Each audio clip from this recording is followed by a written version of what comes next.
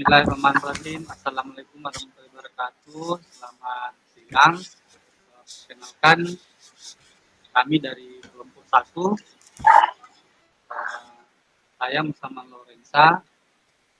Pada kesempatan ini, di coaching pertama, saya sebagai coach dan kawan saya, silakan Bu Sukmayani. Silakan Bu Sukmayani. Ya. Baik.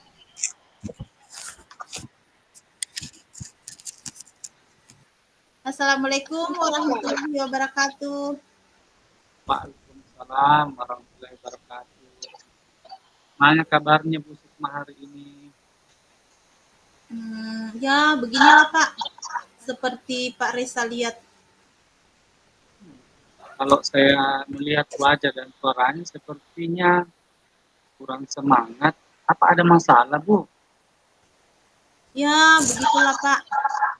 Saya sedang ada masalah sedikit. Kalau kabar Pak Reza, bagaimana? Alhamdulillah, Bu. Saya sehat baik-baik. Dan kita semua masih diberikan rezeki kesehatan sehingga kita bisa selesaikan masalah yang kita hadapi. Amin. Oh ya Pak, apakah sekarang Bapak tidak sibuk? Boleh saya minta waktunya sebentar? Oh, boleh. Mari, Bu. Kebetulan saya lagi menganggur ini. Mari, Bu. Silakan. Begini Pak, saya bingung sebenarnya bagaimana cara mengatakannya. Bagaimana ya sebenarnya? Cerita saja, Bu, masalahnya. Begini Pak, beberapa hari ini saya perhatikan ada murid saya yang kurang aktif atau kurang semangat mengikuti pelajaran saya. Boleh diceritakan, Bu, detailnya seperti apa itu, Bu? Maksudnya situasi seperti apa sehingga Ibu Sukma beranggapan murid tersebut kurang aktif atau kurang bersemangat mengikuti pelajaran itu? Ya, begini ketika saya mengajar dan pada saat saya membagi murid saya dalam beberapa kelompok, setelah saya perhatikan ada beberapa murid saya hanya duduk-duduk saja dan tidak semangat mengikuti pelajaran. Saya melihatnya seperti itu, Pak. Sejauh ini langkah apa yang Ibu Sukma lakukan?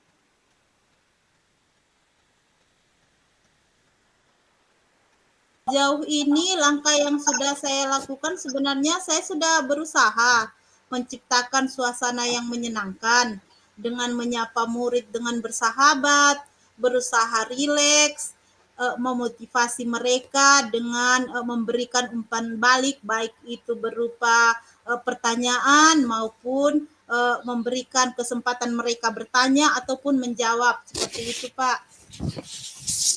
Kalau saya dengar dari penjelasannya Ibu Sukma, sebenarnya Ibu Sukma sudah berusaha maksimal, tapi tetap saja begitu ya. Iya, Pak. Bagaimana ya? Jangan putus asa, Bu, pasti ada solusinya.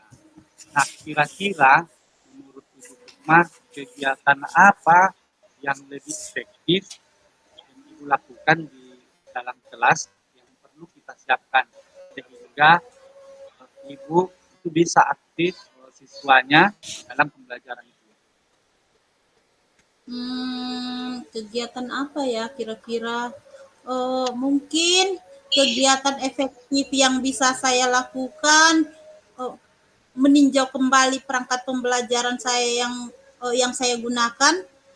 Maksudnya baik itu dari metode pembelajaran, kemudian lebih mendekatkan diri barangkali ke siswa itu sendiri, lebih memotivasi, juga akan sering-sering melakukan refleksi dan membuat daftar catatan siswa-siswa yang mana saja yang tidak aktif dalam kegiatan pembelajaran saya. Seperti itu Pak kegiatannya.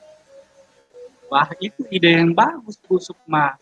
Perlu kita coba idenya. Kapan kira-kira Ibu ingin mencoba ide itu? Oh, bagus ya Pak.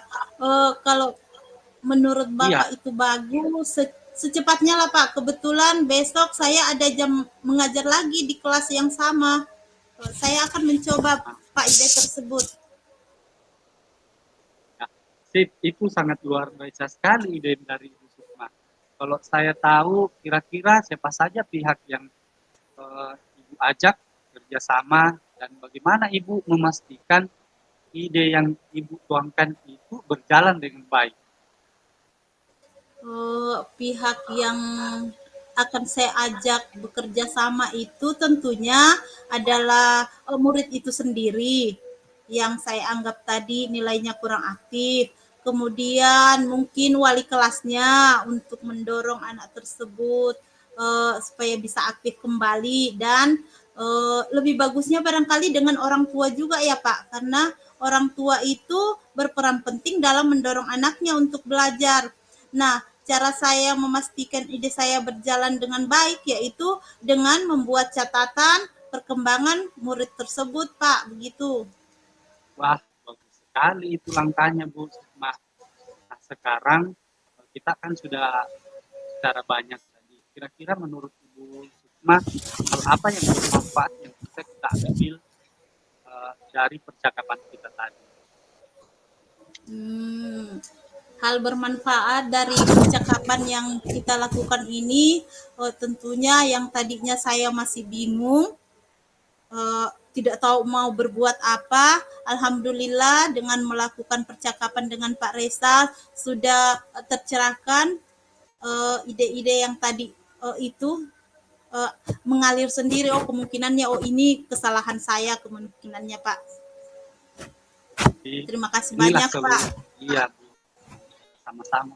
Alhamdulillah, saya juga lega bisa menyelesaikan membantu masalah yang Ibu hadapi.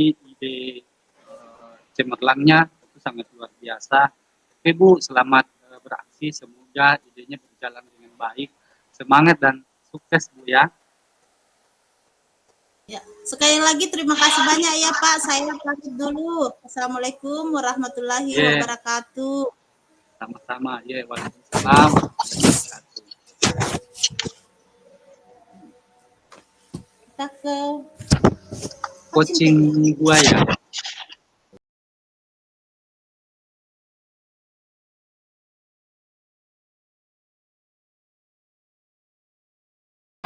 Assalamualaikum warahmatullahi wabarakatuh. Pada kesempatan ini kami dari CGP Angkatan 9 akan mempraktekkan modul 2.3 ini mengenai coaching supervisi akademik.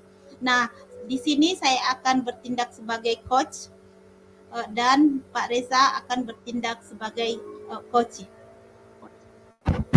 Silakan Pak. Assalamualaikum warahmatullahi wabarakatuh. Waalaikumsalam warahmatullahi wabarakatuh. Bagaimana kabarnya Pak Reza? Alhamdulillah Bu ya, begini seperti yang kita melihat.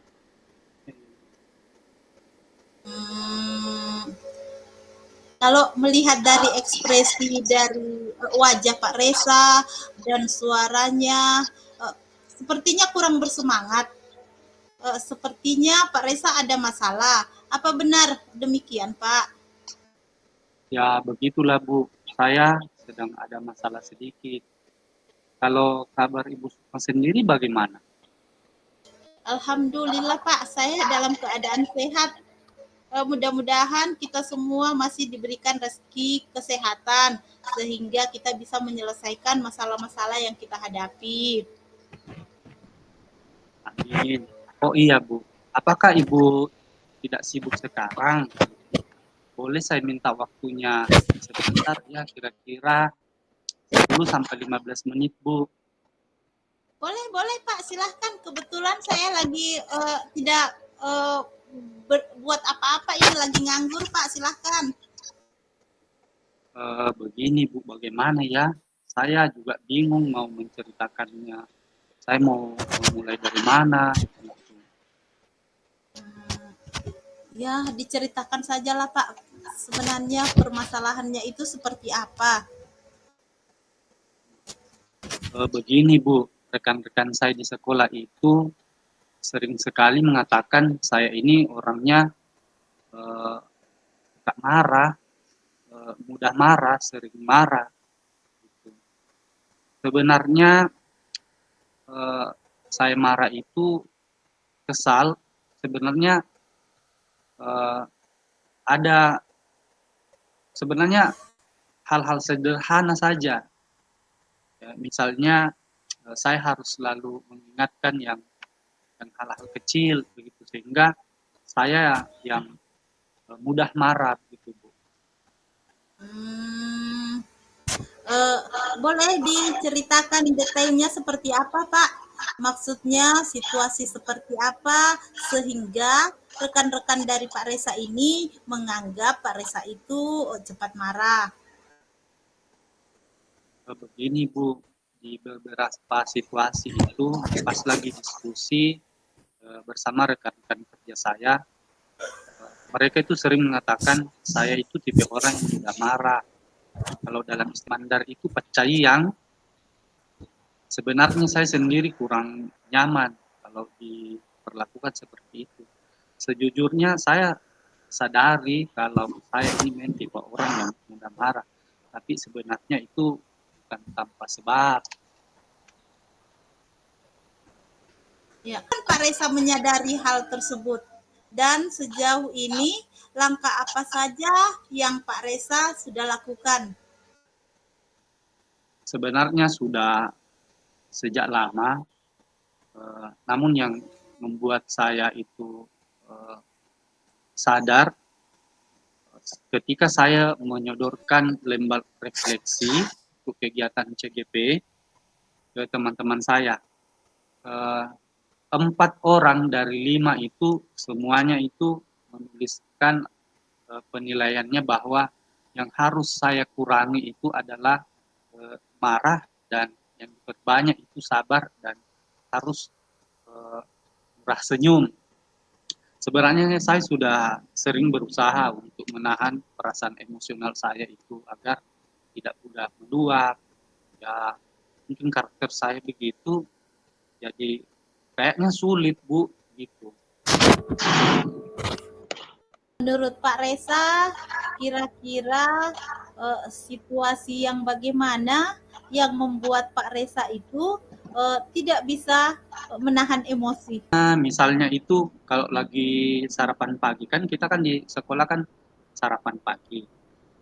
Kadang ada rekan-rekan itu beli nasi kuning, kemudian dia makan di sekolah. Sering saya dapati piring dan pembungkus makanannya itu taruh di sembarang tempat, kadang di wastafel, itu kalau tidak kadang berhari-hari tidak dicuci sehingga itu bau. Dan saya memang tipe orang yang tidak suka hal-hal seperti itu karena bagi saya itu hal kecil, jadi tidak perlulah ditegur. Ingat perintah Bapak Ibu, ingat sampata Bapak Ibu. Nah, itu yang sebenarnya yang menjadi apa ya? Saya sering dikatai teman-teman koro-koroan begitu. Hmm, oh begitu. Nah, eh, kira-kira menurut Pak Reza, gagasan apa atau kegiatan yang efektif bagaimana sehingga masalah tersebut itu bisa diatasi? Kira-kira Pak? Yang sebenarnya kembali kepada diri saya bahwa saya harus lebih sabar di segala situasi di sekolah dan juga saya harus belajar ikhlas membersihkan karena kita semuanya itu kan memiliki karakteristik yang berbeda. Memang ada yang peka, ada yang kurang peka. Jadi disitulah saya harus belajar ikhlas membersihkan. Kalau hari ini saya bersihkan, besok kotor lagi, ya harusnya saya ikhlas dalam membersihkan. Tapi yang lebih penting adalah saya harus bisa menahan diri saya untuk bisa lebih sabar. Seperti itu. Hmm, eh, nah, eh, maksudnya Pak selain apa ya eh, menahan kesabarannya atau berusaha sabar, ya berusaha sabar. Tapi maksudnya Pak kegiatannya yang Bapak lakukan sehingga tidak memancing ke emosi Bapak, maksudnya begitu. Apa yang Kegiatan nih. kegiatan apa yang Bapak lakukan? Ya. Sebenarnya kegiatan yang ingin apa ya? Saya ingin berusaha itu mengajak teman saya untuk bisa peduli, eh, mungkin dengan memasang apa ya? Seperti sebuah tulisan di samping wastafel, peliharalah kebersihan. Namun sebenarnya masalahnya bukan di situ. Masalah yang sebenarnya itu adalah eh, tingkat kesabaran itu saya masih kurang gitu, dan harus belajar sabar, harus selalu mengingatkan diri saya bahwa jangan sabar, seperti itu Bu. Oh, Eh, dari penjelasan Bapak tadi itu berarti Bapak ini menahan, mencoba berusaha untuk sabar. Bagus itu Pak. Mulai kapan kira-kira Bapak ingin mencoba ide tersebut? saya ingin mencobanya mulai hari ini. Di beberapa kelas juga saya sudah mulai menerapkan teknik stop yang kita pelajari di CGP, dan saya sangat berharap sekali dengan teknik stop itu saya juga bisa lebih baik dalam mengelola emosi saya, bisa lebih sabar, dan sebenarnya pengen ada teman yang itu dengan rela itu selalu mengingatkan, karena ya seperti itulah karakter saya. Mungkin kalau lagi sama dengan teman, jangkit marah Pak, mungkin ya seperti itu Bu gitu.